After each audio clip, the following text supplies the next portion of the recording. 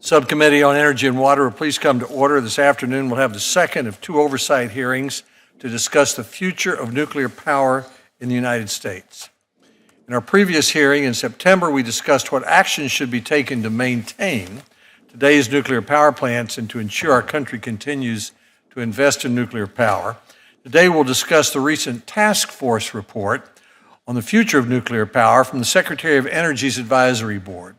We'll also discuss basic energy research and development to support nuclear power, the work that's being done to safely extend reactor licenses from 60 to 80 years where appropriate, and the development of new nuclear technologies, including advanced reactors, small modular reactors, and accident-tolerant fuels. Senator Feinstein each will have an opening statement. I'll then recognize each senator for up to 5 minutes for an opening statement, and we'll go from there. We'll then turn to the witnesses for their testimony. First panel will be Dr. John Deutsch. He's chair of the Secretary of Energy's Advisory Board and an institute professor at MIT. He's a former director of CIA, deputy director of defense, director of energy research at the Department of Energy.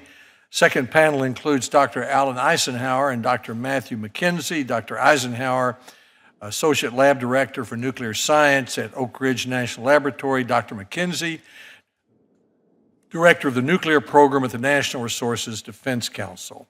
After that, we'll have some questions. Now, I'd like to make a brief opening statement. Today's hearing, as I said, is our second oversight hearing to discuss steps we can take to ensure that carbon-free nuclear power has a strong future in our country. Our first hearing, we heard from Secretary Moniz about the challenges. We heard about research, a lot of which is being done at our national laboratories, including Oak Ridge. We heard Senator Whitehouse, who's very concerned about climate change, tell us that, in his view, it made no sense to close carbon-free reactors at the same time we're trying to deal with climate change.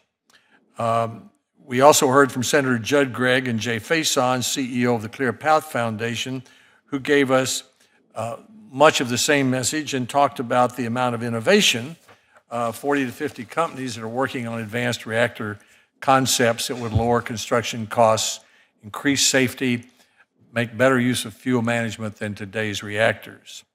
I believe our future nuclear power can be bright, but that we need to prepare now by building more reactors, by ending the stalemate on what to do about nuclear waste. Senator Feinstein and I are united on that. Stopping Washington from picking winners and losers in the marketplace, which sometimes disincentivizes the use of nuclear power. Pushing back on excessive regulation, fueling more free market innovation with government-sponsored research. The witnesses today will discuss the task force report I mentioned, R&D, and steps we can take to maintain the fleet. We received the report in October from the Secretary's Energy Advisory Board, examined the challenges that the nuclear industry is facing, as well as steps necessary to develop new technologies. It emphasized, and I'm sure Dr. Deutsch will talk about, 5 factors limiting investment in nuclear power in our country. First is that nuclear power doesn't get enough credit for being carbon-free. Second, new nuclear technologies are complex, expensive, and heavily regulated. Third, we haven't solved the nuclear waste stalemate, which has been going on now more than 25 years, the stalemate, market conditions, and unanticipated events such as an accident. At a time when leading science academies of 20 developed countries and many Americans say climate change is a threat and that humans are a significant cause of that threat, nuclear power produces 60% of our country's carbon-free electricity, and power plants produce nearly 40% of the carbon produced in our country. Now, just speaking for myself, if in my hometown of Maryville, Tennessee, I had 20 fire marshals of repute come around and tell me my house might burn down, I might buy some fire insurance. So my recommendation is that we should get some insurance in this country against climate change. And I think the best insurance in the near term is nuclear power. Makes no sense to close reactors at a time when people believe climate change is a problem. We need to invest in the next generation of reactors.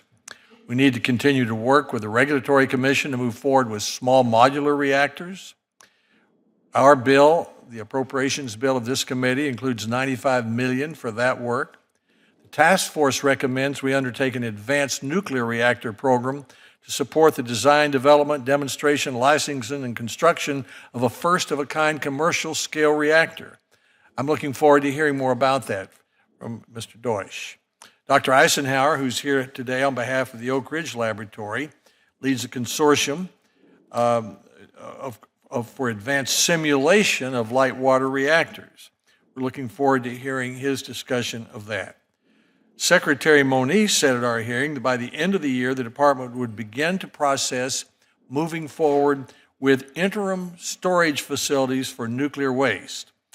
That's something Senator Feinstein and I congratulate him for and have encouraged. And I'm pleased to report after our hearing, the department took the initial step of seeking information on private interim nuclear waste storage sites. We need to move on all tracks at the same time to solve the nuclear waste stalemate, and I appreciate the Secretary's attention to this. Secretary Moniz took that important step. The new Congress should take the next steps and pass the Bipartisan Nuclear Waste Administration Act, introduced last year by Senator Feinstein and Murkowski and Cantwell and I. Congress should pass the pilot program that would allow the Secretary to take title to used nuclear fuel. Both the pilot program and funding for private interim storage were included in this year's Senate Energy and Water Appropriations bill that Senator Feinstein and I have recommended and the committee approved. We need to maintain our existing nuclear fleet. We need to extend reactor licenses from 60 to 80 years where it's appropriate and safe to do so. We need to relieve the burdens of unnecessary regulation, to use our supercomputing resources. Since our hearing, another reactor has shut down. Fort Calhoun Nuclear Generation Station shut down on October 24th, which means we've lost another 484 megawatts of carbon-free electricity. In conclusion, I would say this. Imagine a day when the United States is without nuclear power. That's a day I don't want to see in our country's future.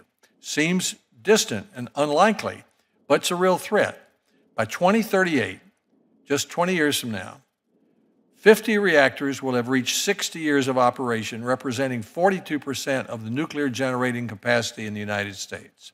So our country could lose about half our reactors if existing licenses can't be extended from 60 to 80 years and those reactors close. While there are 4 new reactors being built, all in the Southeast, there are 8 reactors, 3 in the Northeast at 7 plants, which are scheduled to shut down by 2025. The Energy Information Administration estimates that shutting down these 8 reactors, plus the recent closing of Fort Calhoun, will result in a 3% increase in total carbon emissions from the U.S. electricity sector. We need to take steps today to ensure nuclear power has a future in our country. With that, I'd like to recognize Senator Feinstein, our committee's distinguished ranking member, for her opening statement.